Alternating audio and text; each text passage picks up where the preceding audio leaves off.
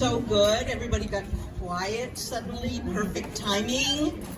Welcome to the official start of Manifest Differently opening here with all these beautiful murals and all these beautiful artists and all these beautiful organizers and all these beautiful change makers. I'm so excited to have the honor to MC today, and we're gonna get started. I always like to just check in with everyone and see where your energy level is up so that we can be building up our energy to give everyone some love. So can we do a practice run of just showing Megan and Kim and all of the beautiful organizers of Manifest Differently how much we appreciate all of the beautiful work that they've done here and how they've transformed this space and this moment in time. Woo!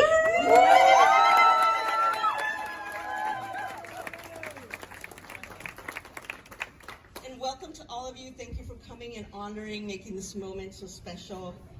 My name is MK Chavez, and I am here with my dog, Squirrel Bear Chavez, who is sitting with a new friend who's a trainer.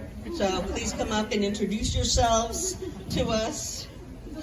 It's my honor to begin the day by introducing the two visionary heart people who have held this space, who have made this moment possible. There's so many people involved, but everything starts with a spark from an individual or a couple of individuals. So I want to introduce poet artist Kim Shuck, who is my heart, who I love very much.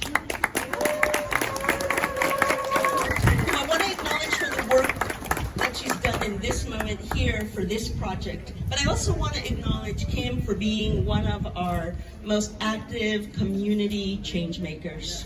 So excited to be part of this celebration today, Kim. And I'd like to invite and acknowledge Megan O. Wilson, camp co-director. And I want to say I've known Megan now for quite a few years, and it's been a joy to see all of the things that you've created in the time that I've known you. Also one of our dear change makers. So happy to see you both here today. So happy to honor you both. Welcome.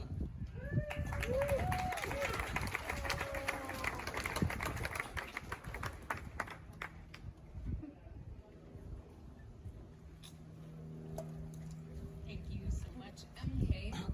Right back at you with that. You are also one of our community change makers.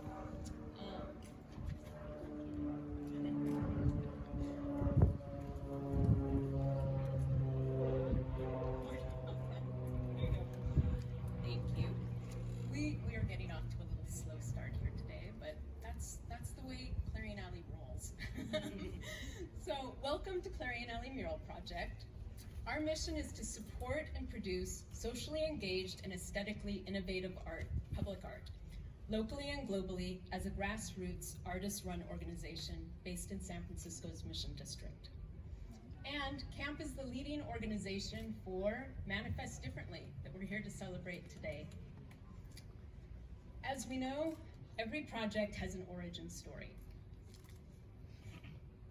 For me, the origin story of Manifest Differently began in 1643, when my ancestor, Benjamin Wilson, was sent from England as a 7-year-old orphan to serve the British settler colonizers of the Massachusetts Bay Colony. On the land they had invaded and stolen from the indigenous peoples who were and still are its rightful stewards. 11 generations later, as a child in Montana, I would survive alcoholism starting at age 14, 2 suicide attempts at the age of 15, and the brutal assault of my mother's married boyfriend at 16, which caused me to be forced to leave my home and be on my own at the age of 16, working at Burger King 30 hours a week while I finished high school. That man's name was Robert E. Lee, actually. These early experiences are what shaped me and how I understood the world, its inequities, and the cruelties of capitalism as a system rooted in racism, misogyny, ecocide, and white male dominance. And art would become one of the tools for healing and for working in opposition to the greater forces that had created that pain and that still do for so many of us.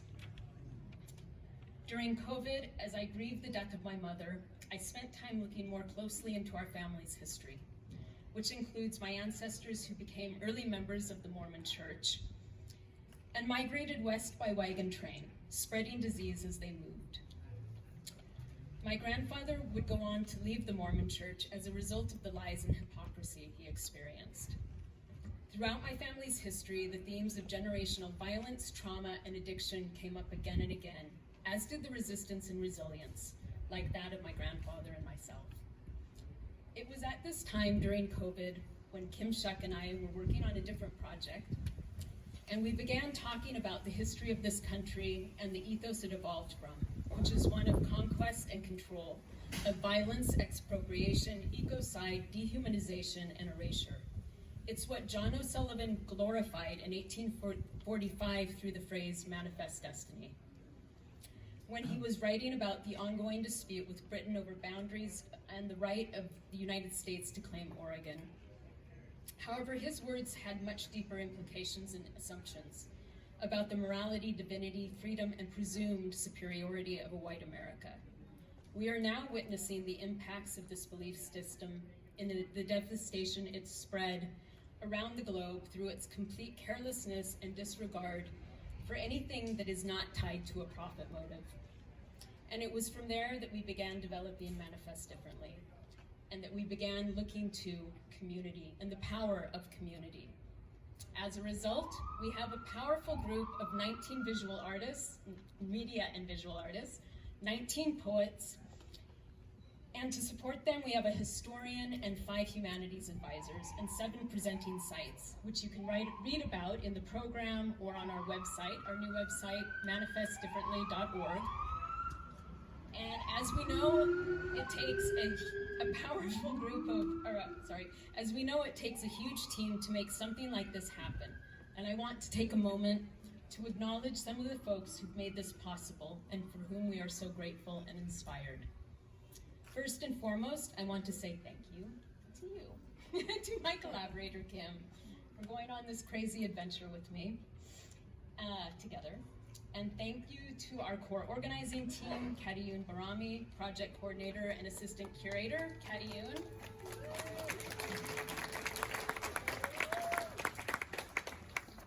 To Veronica Torres, communications and social media specialist. Veronica. Trisha Legasso Goldberg, one of our curators who unfortunately was not able to be here today. She had planned something before this began. To Amy Burke, our education curator. Amy. To Drake Manalo, for the vibrant graphic design of Manifest Differently. RJ Ramey, who created the mobile responsive website. Patrick Kelly for painting our signage. Community Thrift Store for 30 years of supporting our work. Woo! Community Thrift, yes. Sean Levon Nash and Viri Perez for writing the land acknowledgement, which we're on part of it, but you can walk through the alley when we're not all here and read the land acknowledgement. And to our presenting partners, Artist Television Access, ATA, woo! Yes.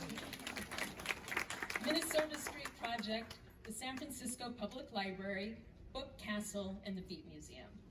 And to our funders and supporters, the California Art Council, the Creative Work Fund, CCA's Center for Art and Public Life, the San Francisco Art Commission, and the Zellerbach Family Foundation.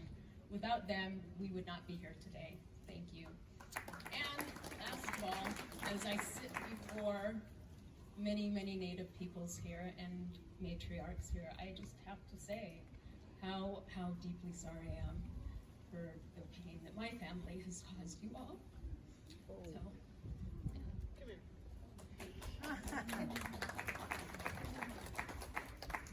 and with that, I'll turn it over to Kim.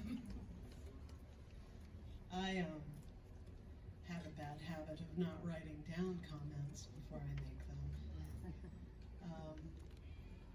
just want to share that I'm really happy to see this come together. We started talking about it, not necessarily to display our wounds to one another, but in order to get multicultural, and I know that phrasing has lost some of its meaning over the time, but I need you to hear it as what I mean. People from a lot of different cultures and communities getting together to start a deeper conversation about how to work together.